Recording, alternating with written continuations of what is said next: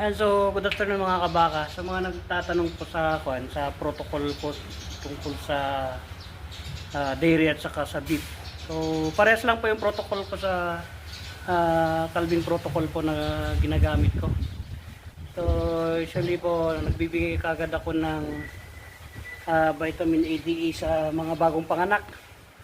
Tapos, dun sa nanay, vitamin A, D, E, Kuporta, and then oxytocin po para po malinis po yung kagad yung kanyang matres.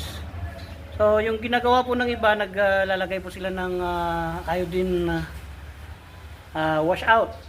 So hindi ko po practice kasi yon. Marami rin kasi nagtatanong kung wina-wash out ko ng iodine. So hindi ko po ginagawa kasi the more na ginagalaw mo kayo kasi yung matres, the more na na-delay yung healing. So ngayon po bibigyan po natin yung bagong panganak kanina na kalabaw na buffalo. So bibigyan po natin ng vitamin A, D, E para pang boost up niya kagad.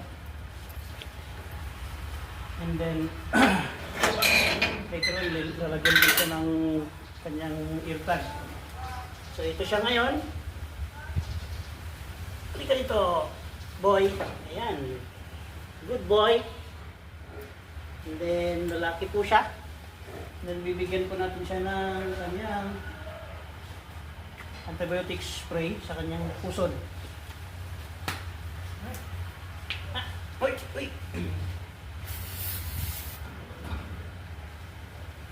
Salit lang. So pagdating po dito sa calf rearing, usually dinidip na nila kagad yung kanilang pusod sa iodine dip. So mas maganda po yung iodine, and then we follow up with the wound spray or antibiotic spray. So yun lang po mga kabaka ngayon ang aking maituturo. Magandang hapon po sa ating lahat at welcome po muli sa Usapang Baka ni Kabakang Leon. Magandang hapon po.